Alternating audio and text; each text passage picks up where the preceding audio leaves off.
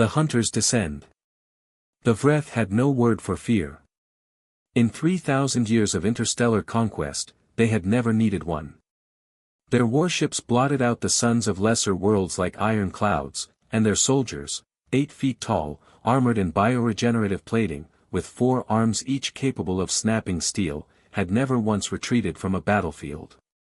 They had consumed 47 civilizations. Some had begged. Some had prayed. All had fallen. Commander Gorik stood on the bridge of the Eternal Claw and studied the pale blue sphere rotating slowly on his tactical display. Designation, Sol 3. Dominant species, bipedal, soft-bodied, no natural armor, no venom, no regenerative tissue. Average lifespan, laughably short. The Vreth intelligence report had flagged them as a Class 2 civilization. Barely spacefaring. Primitive energy weapons. No psionic capability whatsoever. Gorik let out a low, rattling laugh that his crew echoed across the bridge. "Begin the descent," he ordered. "I want this world processed by morning." First contact. They landed outside a city called Kiev, chosen arbitrarily, as all Vreth landing sites were. The city would serve as an example. What Gorik did not expect was the soldier standing alone in the field before them. One human. Male. No armor beyond a thin layer of woven fabric. He held no visible weapon. He simply stood with his hands behind his back, watching the Vreth battalion deploy from the dropship with the calm expression of a man waiting for a bus. Gorik stepped forward, using his translator chip. "You stand before the Vreth Dominion. Surrender your world or be erased." The human tilted his head. "Funny," he said. "We were about to say the same thing to you." Gorik blinked his 4 eyes.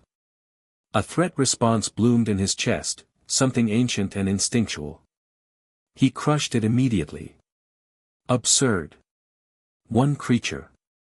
Unarmored. Unarmed. He raised his disintegration cannon. The human didn't flinch. What humans learn to do. The cannon fired. The human dove, not away, but sideways and forward, closing the distance in a fraction of a second. He struck the cannon's barrel upward, redirecting the blast into the sky. Then, before Gorik could process what was happening, the human had disassembled the sidearm from Gorik's secondary left hand, used it to short-circuit the energy coupling on his chest plate, and put a knee into the joint of his primary arm with enough force to buckle the bioregenerative plating. Gorik hit the ground. He had not hit the ground in 300 years. His battalion surged forward. And then, the tree line erupted. Humans came from everywhere. On foot, in vehicles, dropping from aircraft so low they seemed to fall from the clouds themselves. They wore no bioarmor, carried no psionic shields.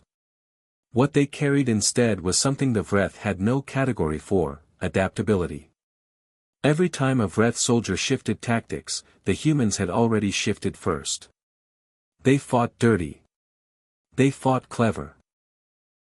One squad used the Vretha's own sonic disruptors against them, having reverse-engineered the frequency in the 48 minutes since the ship had landed. 48 minutes. Gorik, pinned beneath a collapsed dropship strut, pulled up his communicator with a trembling claw. "Intelligence Division," he rasped. "Reclassify Sol 3. Immediately." The report that shook the Dominion. 3 weeks later, in the Vreth High Council chamber, Intelligence Director Vasa read the field report aloud to 40 of the most powerful warlords in the galaxy. The chamber was silent in a way it had never been before. The report noted that humans had no natural defenses, and had compensated by inventing thousands of artificial ones. That they had a documented history of choosing to run toward danger when their kind was threatened. That they had survived ice ages, plagues, famines, and each other, and emerged from every catastrophe not weakened, but angrier and more organized. That in the species' entire recorded history, no external force had ever successfully occupied their planet for long.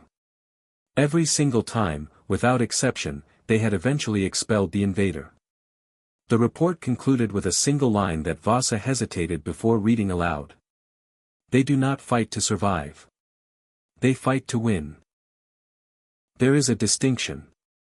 We did not understand this distinction until it was too late. A new word. That night, for the first time in recorded Vreth history, a linguist was summoned to the High Council. They needed her for one task only. They finally had a reason to invent the word fear, and they wanted to make sure they spelled it correctly.